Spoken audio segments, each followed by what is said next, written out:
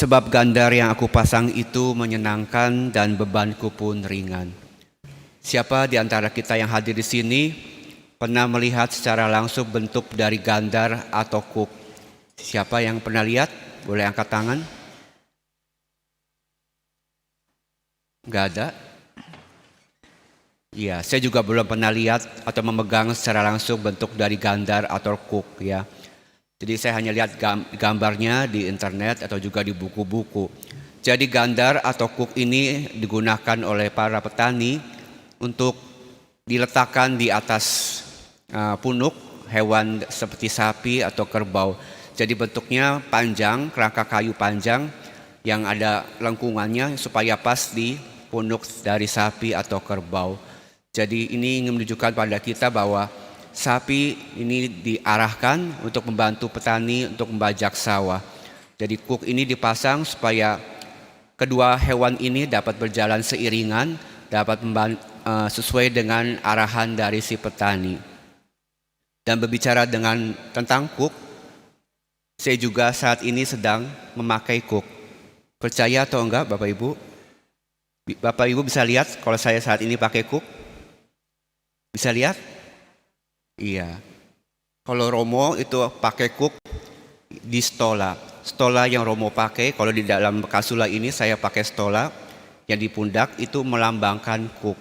Jadi ini adalah lambang tugas perutusan yang diberikan gereja kepada semua imam, terutama ketika imam ini mengadakan atau mempersembahkan sakramental pelayanan sakramen.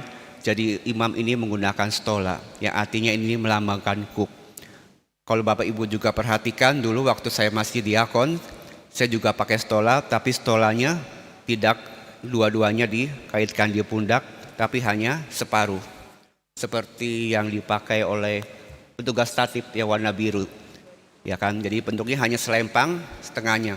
Apa bedanya kalau stola yang dipakai Romo dan diakon? Jadi diakon ini ketika ditabiskan dia hanya diberi separuh, ibaratnya separuh dari tugas Romo. Jadi kalau diakon membantu imam ketika mempersembahkan misa, tugasnya hanya membantu Romo mempersiapkan misa. Jadi diakon itu tidak boleh mempersembahkan misa. Ketika diakon itu ditabiskan menjadi imam, barulah penuh. Makanya stolanya 2 penuh di pundak.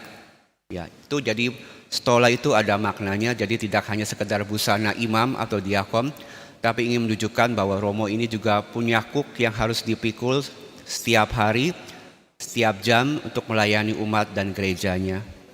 Bapak Ibu dan saudara-saudara yang terkasih, setiap dari kita juga pasti punya kuk.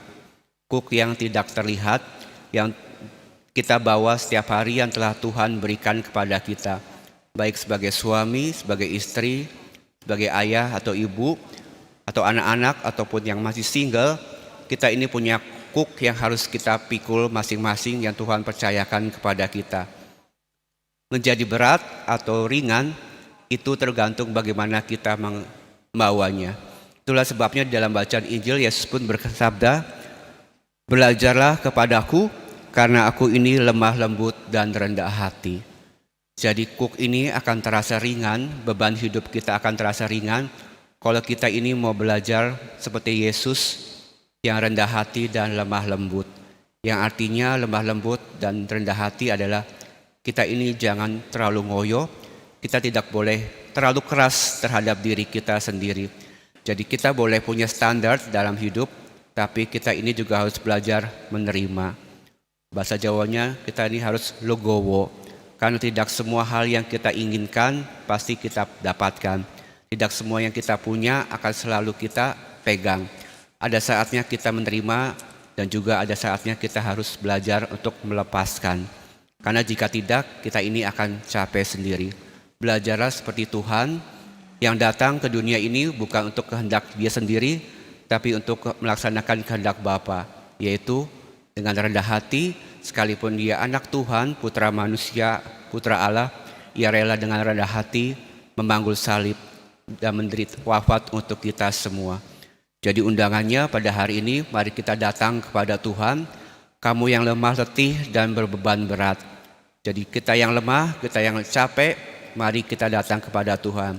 Dan syukur pada Allah apabila kita ini dapat menanggung kuk kita ini dengan sukacita. Berarti kita ini sudah menjadi orang-orang kecil. Di mana Yesus pun bersabda, "Aku bersyukur kepadamu ya Bapa, Tuhan langit dan bumi, sebab yang telah Engkau sembunyikan bagi orang bijak dan orang pandai, telah Engkau nyatakan bagi orang kecil." Jadi saat ini ada dua pilihan, apakah kita ingin menjadi orang kecil ataukah kita ini menjadi orang-orang yang lemah, lelah karena kita ini salah memanggul kuk kita. Jadi kalau stola imam dipajang di pundak, mungkin stolanya itu pasang di leher yang artinya tidak nyaman. Jadi kita harus tahu bagaimana menanggung beban, menanggung hidup, dan kita mau serahkan semuanya kepada Tuhan supaya hidup kita ini ringan, jiwa kita ini mendapatkan ketenangan hanya daripada Tuhan. Semoga demikian.